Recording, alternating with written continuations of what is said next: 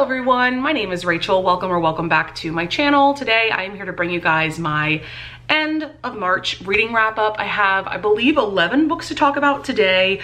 I read a total of 25 books in March, which is definitely less than usual, but that makes sense because March has been kind of a crazy month for me. I had family come stay with me for a couple of weeks, and we have been heavily rehearsing for a production of Cinderella that I am involved in. If you don't know, I play the stepmother, which has been fun because it's always fun to be a villain and to do a character role, and this is my first musical in 10 years. I feel like I've talked about this a lot on my channel recently, but just wanted to give you guys a little bit of a life update. So for today, I am using my Modern Renaissance palette by Anastasia Beverly Hills.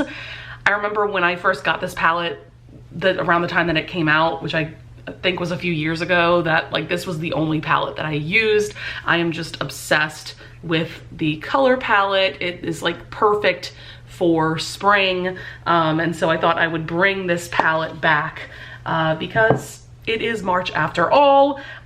So I think that's all I wanted to say. Let's go ahead and jump on into this wrap up. So the first book that I'm gonna talk about, I have a physical copy right here, is The Rogue of Fifth Avenue by Miss Joanna Shupe, one of my favorite historical romance authors ever. This is book 1 in her Uptown Girls series, which is a Gilded Age romance series that centers around these 3 sisters. They are the Green sisters, and the heroine of this book is Marion, who is the eldest of the 3 sisters. And so she is kind of like a Gilded Age Robin Hood. She picks pockets from rich people, and she herself is in high society. Her father is very wealthy, so her family's very wealthy. And so she steals from the rich, and then she goes into poor neighborhoods in New York City and gives to the poor families to try to help them out. Also, this is a reread for me. I read this in 2020. And I'll get to that in a second, but I did want to just mention that I've read it before. And then the hero is Frank. He is a lawyer, and he is a character that has been heavily featured in Joanna Shupe's 400 series, which is the series that she published with Avon before this series. And one of the things that I think I appreciated more upon rereading this book is Frank's character, because I have since read that 400 series, because with Joanna Shupe, I read this series first, and then I went back and read her 400 series. Yeah, we see him a lot in that series, and so when you finally get to his book in The Rogue of Fifth Avenue, it's just like all that more satisfying. So Marion and Frank end up working together because a friend of Marion's is accused of murdering her husband. Also content warning for domestic abuse, because that's definitely what's going on with Marion's friend. And so Marion persuades Frank to represent her friend, and in exchange for that, Frank asks her out on a date. And so what starts out as just one date definitely turns into something more. This is also pretty angsty. One of the things I love about this story is how there's a little bit of a flip-flop situation, because towards the beginning we see that Marion is the one seducing Frank, and Frank is the one that's like, hey, I don't want to get on your father's bad side. Okay, thanks. But then they start having steamy times together, and they start falling for each other, and then the tables kind of turn when Frank realizes that he can't live without Marion.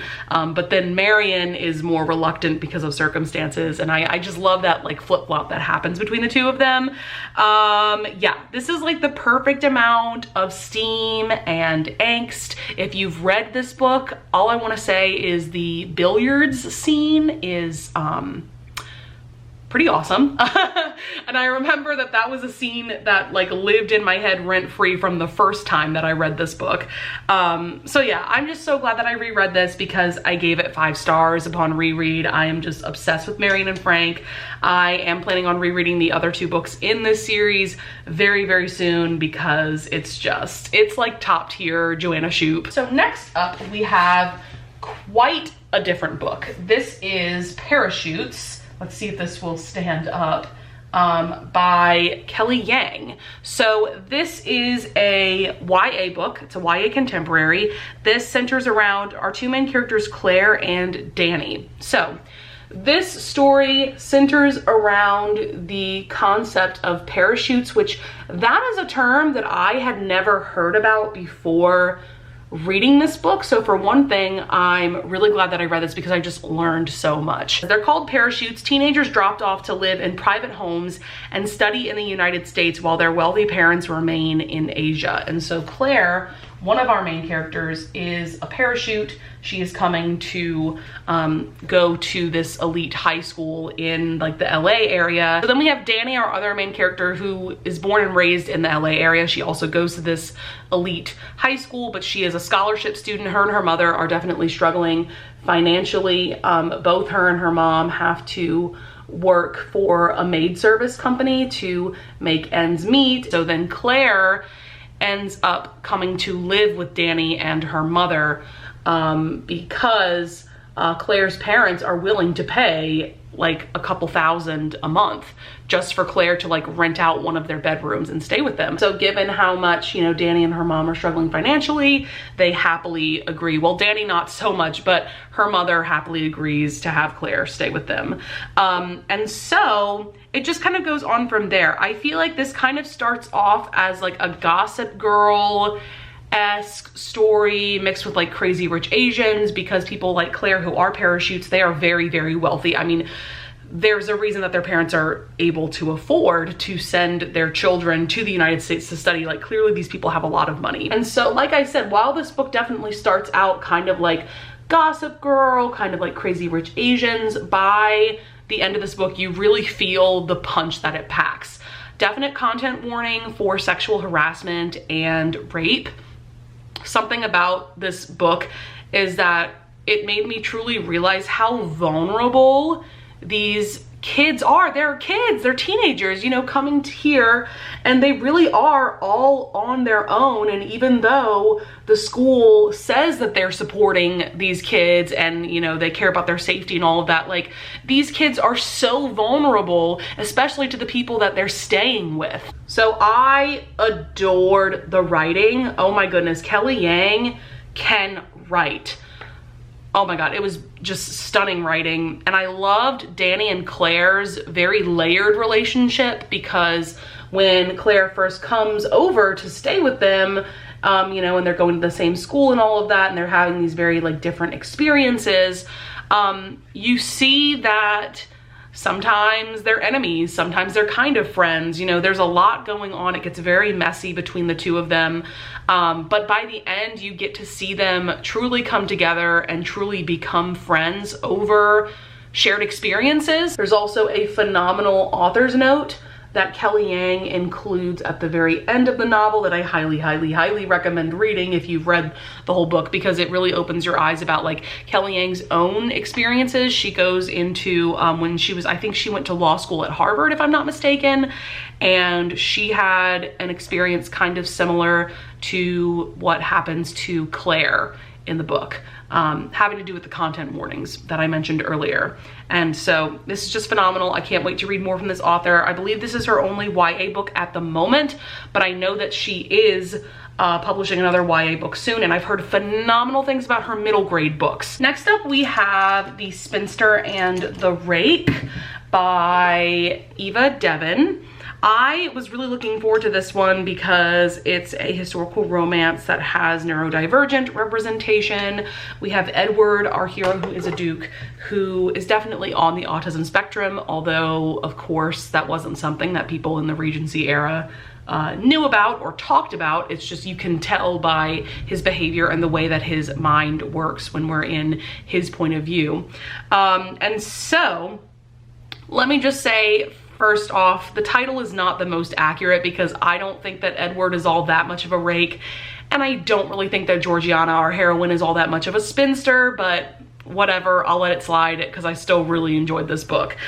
So this is like a forced marriage / marriage of convenience story about Georgiana and Edward. Let me think about this. I think Edward is having like a house party. Back in the day, people of nobility would just invite people over to stay at their house for like a week or so, and there would just be like a different party every night. Like, it was insane. Like, I wish that was still a thing, but yeah. So and Georgiana is not of nobility. I can't quite remember how she got invited to the Duke's house in the first place, but anyway, we're seeing that Edward is just kind of fed up with women in general, just because like they only want him for his title, but at the same time he knows he needs to marry soon to have an heir and to keep the dukedom going and all of that.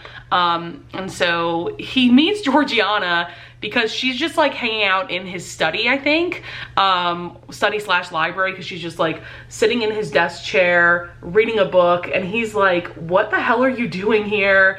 And she doesn't realize that he's the Duke. She just assumes that he's like a servant or something, because he's not dressed in clothes that a Duke would wear. And so they're just like talking, and I think Edward says, if you don't leave, I'm gonna kiss you. And then Georgiana's like, okay, like, let's go. And so they start making out, and Edward's aunt, I believe, some sort of relative, discovers them. They are in a compromising position, right? And in those days, that could ruin a woman unless the man offered marriage. And so that's what he does. So it's a forced marriage / marriage of convenience situation. And so things go on from there. And one of the things that I really enjoyed about this book is how we're seeing that, well, Georgiana really has no idea how to be a duchess. We see Edward trying to guide her and help her become a good duchess. But also we're seeing that because of Edward's autism, you know, his mind works a lot differently than Georgiana's, and he doesn't really know how to be the best husband to her. I mean, he's definitely trying his best, but he just doesn't understand. He doesn't know. And so it's really cool to see Georgiana kind of help him become a good husband and show his love for her, because they definitely fall for each other throughout this novel. Of course, it's a romance. I just loved their dynamic from the start. This was just a very fun and charming romance with some depth, because like I said, they're helping each other be their best selves, basically, right?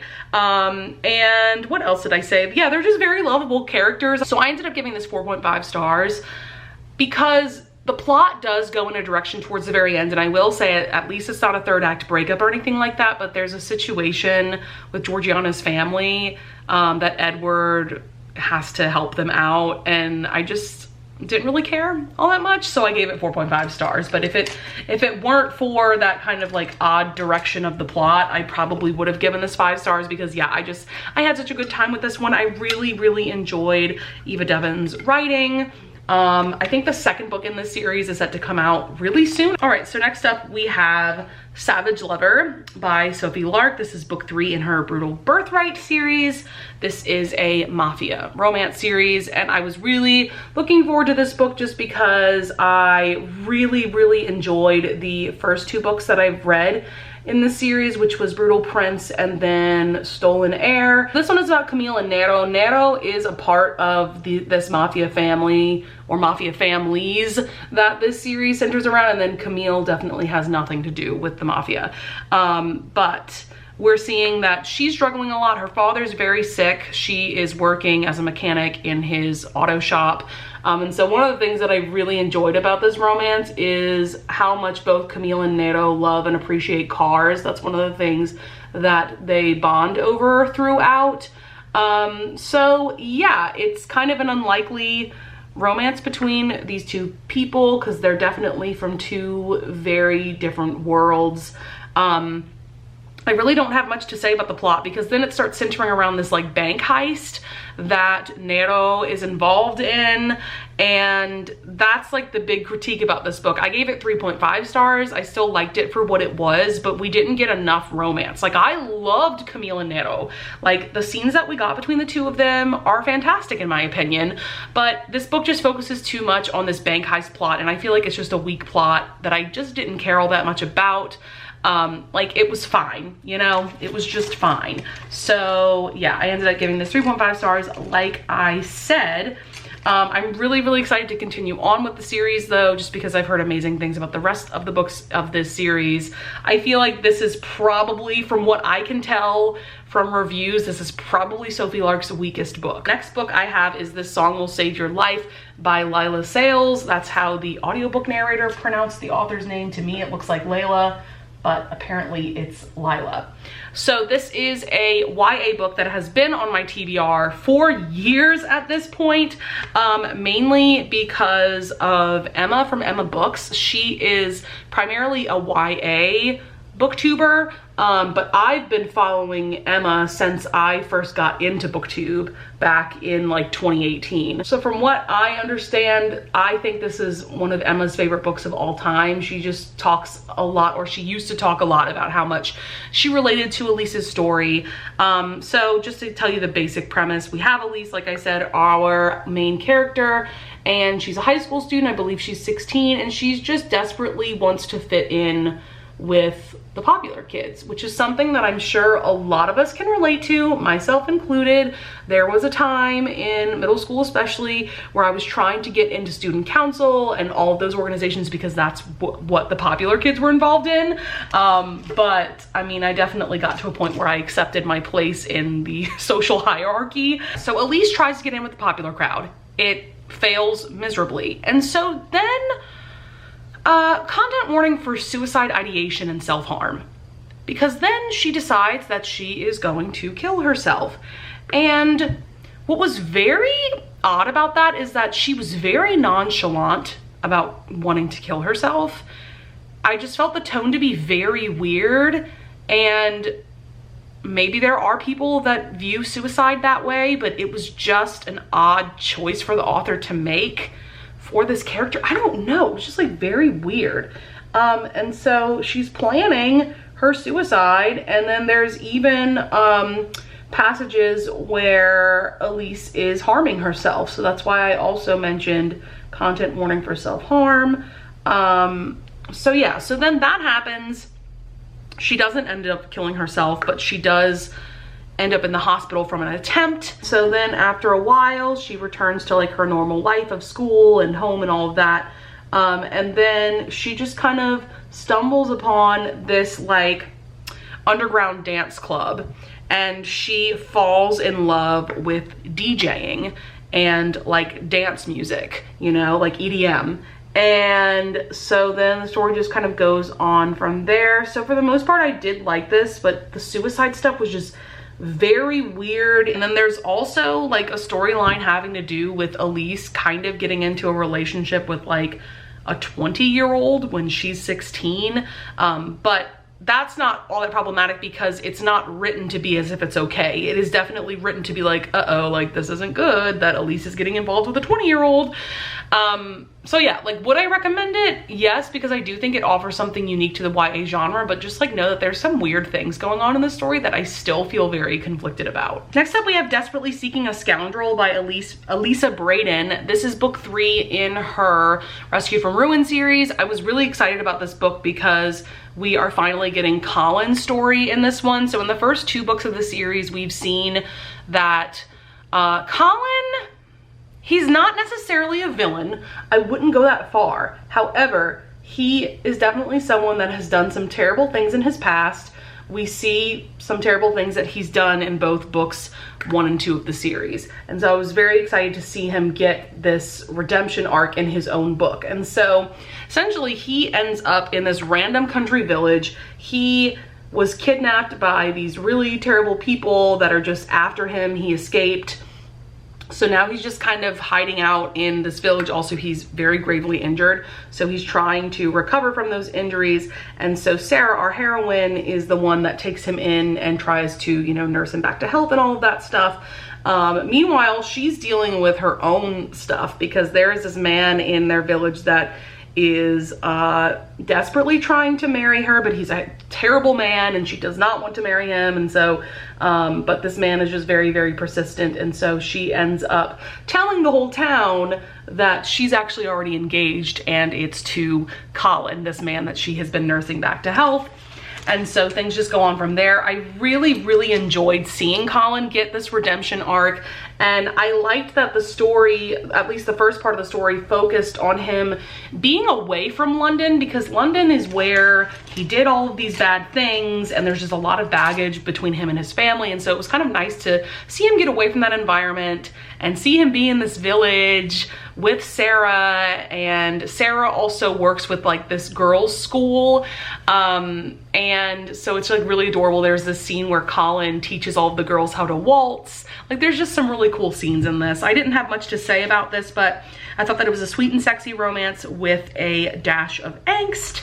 And yeah, just really solid. Gave this one 4 stars. I have yet to read a book in this series that I've given 5 stars, so I'm hoping that the next book will be a 5-star read for me, because I know that the next book, which is The Devil is a Marquis, is like a very popular book, and I know that a lot of people adore it. So I'm hoping that I will love it as well. All right, so next up we have Mine Till Midnight by Lisa Kleypas. I am so excited to be talking about this book. This is book 1 in her Hathaway's series. This is a series that I've been kind of picking up on a whim, just because, you know, season 2 of Bridgerton came out recently, and I've been watching videos that some of my friends have been putting out where they talk about books that they would compare to the Bridgerton series. A lot of people that I follow have brought up the Hathaway series because there is a very strong family element to these books. This is a series of 5 books, and it centers around the 5 Hathaway series, so each book is about a different sibling.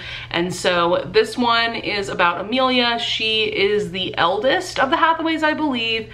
And then we have Cam, our hero, who is Romani or Romani. I still haven't figured out how exactly to pronounce it, because I feel like people pronounce it different ways. I'll say Romani. But he is someone that we met in the Wallflower series, specifically in Devil in Winter and Scandal in Spring. And he is a character that is just so lovable. Like, Cam is just the best. From the moment that I met his character in those books, I just knew that I was going to love whatever book he was going to be the main character in. And I truly did love this. I just adore the dynamic between Amelia and Cam. Let's see. Oh, we love a hero who unapologetically wants and pursues the heroine. Yeah, and I just adore the Hathaways as well. Like, all 5 of them are truly iconic in different ways, and I just can't wait to read the rest of the series. Oh, before we move on to the second book, because I'm going to talk about that one next, you should know that the audiobook for Mine Till Midnight is edited a lot. Now, there are some things that are edited that are definitely a good thing, such as in the original version, the G word is used a lot to describe both Cam and Kev, who is kind of an honorary member of the Hathaway family. And so that was all edited out, and that's all fine and well and everything. But there were other passages, and there was even an entire sex scene that was edited out of the audiobook that I'm very confused about as to why that was. So just know that if you only listen to the audiobook, you are going to get like a slightly watered down version of the story. So that's why I would recommend reading this book the way that I did. I listened to the audiobook while also following along with the physical version so that I could see what exactly was being edited out. So let's move on from that. Absolutely adored this. Cam and Amelia are everything. The next book, Seduce Me At Sunrise, book 2. One of the many things I love about this book is that we still get to see plenty of Cam and Amelia just being iconic together. But this one is about Win and Kev. So Win is another one of the Hathaway siblings, and we learned in book 1 that both Leo, who is the only brother of the Hathaways, so Leo and Win both had scarlet fever. And it really affected Win. She got really sick to the point where she almost died. So now in the aftermath of that, she is definitely weak. She has weakened heart and lungs. And so at the beginning of Seduce Me At Sunrise, which is her and Kev's story, like I said, Kev is kind of like an honorary member of the Hathaway family, because basically their parents rescued Kev. I think he was like severely injured. And I can't remember the circumstances of that, but like their father rescued Kev and nursed him back to health. And so Kev has just been living with the Hathaways since then. I believe he was around like 18 or so when that happened. So I think they've been all living together as a family for the past like 12 years.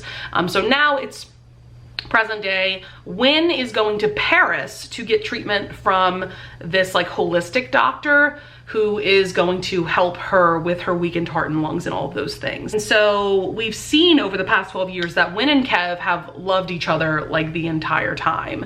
And it's just very, very angsty because Kev is Romany as well. He doesn't feel that he would ever be worthy of Wynn. And so there is quite a bit of like him pushing her away. I'm gonna stop myself from talking about this book because I actually discussed this quite a bit in a reading vlog that I just posted a few days ago, where I was reading a bunch of historical romances to try to feel something after watching Bridgerton season 2. So yeah, for even more of my thoughts about this book, definitely check out that vlog. But next up we have The Unraveling of Cassidy Holmes by Alyssa R. Sloan. So this was pitched as like Daisy Jones and the Six meets like an early 2000s girl group. Think something along the lines of the Spice Girls. So this book essentially centers around this fictional girl group known as Gloss, and Cassidy Holmes is one of the members of the girl group. At the very beginning of the book, we are in present day and we learn that Cassidy Holmes has committed suicide. And so now we then go into some flashbacks of how this girl group came to be. This book definitely focuses on Cassidy's character the most, which makes sense because of the title. And so yeah, we learn about the girl group, we learn about Cassidy's upbringing and how she came to be a part of the girl group. And the story just kind of goes on from there. Definitely content warnings for suicide, of course, although we don't see the suicide happen on page. People just talk about it a lot. And then also sexual assault and rape. So I thought this was very solid. I think I already said this, I gave it 4 stars. I really liked Alyssa, I think it's pronounced Alyssa, her storytelling ability, the way that she developed not only Cassidy's character, but also the other 3 members of Gloss.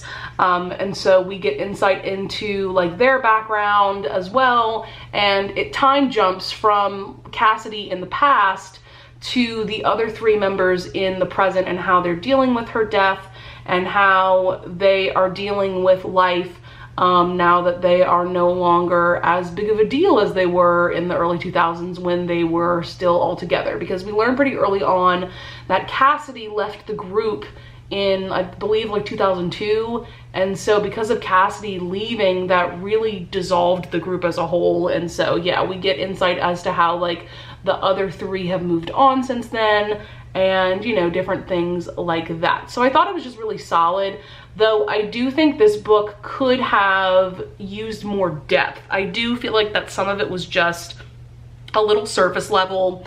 I also didn't really get the idea that Gloss was like a truly iconic girl group. I didn't really get the sense that these girls were as iconic as the Spice Girls, like I said. To me, I don't know, they just felt a little too ordinary for my taste. I don't know, like I just didn't get the sense that this girl group like truly influenced the pop music industry like people like Britney Spears and Christina Aguilera and all of that, right? But I did really enjoy it for what it was. There's definitely some answers that you're never going to get reading this book, and I was totally fine with that. I could definitely see some people being like annoyed with that, but I thought that yeah, overall it was just very solid. It also had a very nostalgic feel to me because I grew up on this like late 90s, early 2000s music. Like this was the kind of music that my older sisters were really into, and so I listened to it as well because they listened to it. Next up, I just have a few more books that I also discussed in my latest reading vlog. So the first one is, let's see, Splendid by Julia Quinn. This is actually Julia Quinn's debut novel. It's also book 1 in her like Splendid trilogy, which is 3 books, I believe, that kind of center around the same family. And so I'm not gonna say too much about this one because like I said, I discussed this at length in my reading vlog, but this one is about Emma, who is an American heiress. Her father sends her to spend the London season with her cousins who live in London, and she meets Alex, who is a duke, and it's their romance. I thought that parts of this were just really adorable and charming. I mean, that's pretty typical for Julia Quinn. That's her writing style for sure. I thought that this was just a little too long Like I was ready for this book to be over by like the 80% mark. All right, I am all done with my makeup. So I just have one last book to mention. That is, ooh, we gotta shake this out. All right, that is Love and War. This is by Sherilyn. I'm not exactly sure how to pronounce the author's name. This is a World War II romance. It is also an interracial romance. And again, I discussed this at length in my reading vlog. But basically, we have Emile, who has been forced to be a surgeon for the Nazi regime. We have Victoire, who is a black woman who is a lounge singer. And through different circumstances, she ends up being Emile's maid, and things go on from there. I loved this. It was epic. It was heart-wrenching in the best way. It kept me on the edge of my seat because I really didn't know how the HEA was going to be possible. So yeah, like this was just beautiful. Highly, highly recommend it, especially if you're looking for something a little more unique in the historical romance genre. So that is everything for my end of March wrap up. I hope that you guys enjoyed. I would love it if you would leave a comment down below if you want to tell me about some of the books that you read in March. I would also love it if you would leave a like and subscribe. And I thank you so much in advance if you do. And I will see you guys in the next video. Bye.